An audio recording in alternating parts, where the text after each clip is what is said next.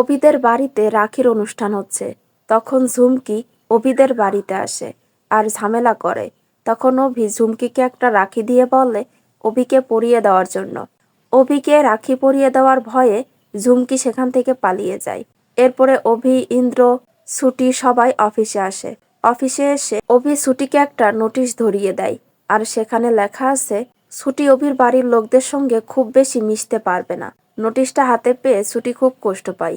মনে মনে ভাবে, একজন মানুষ কি রোবট? আমার কি এতটুকু অধিকার নেই? এরপরে সে সেই পেপারে সই করে দিয়ে সেখান থেকে চলে যায়। এরপরে দেখা যায় ইন্দ্র অভির সঙ্গে দেখা করে। অভিকে বলে, তুই এটা যা করছিস সেটা ভুল করছিস। ইন্দ্র অভিকে বোঝায় ছুটি তোদের বাড়ির লোকদের জন্য অনেক কিছু করেছে। অভি বলে, ওকে এসব কে করতে বলেছে? ওকে কি এসব করার জন্য বাড়িতে নিয়ে আসা হয়েছিল?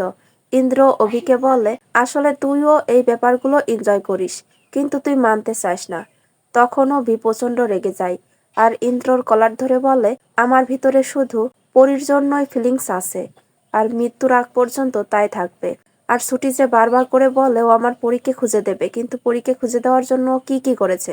তখন ছুটি সেখানে আসে আর অভিকে বলে, আমি পরীকে খোঁজার চেষ্টা করিনি, তাই না?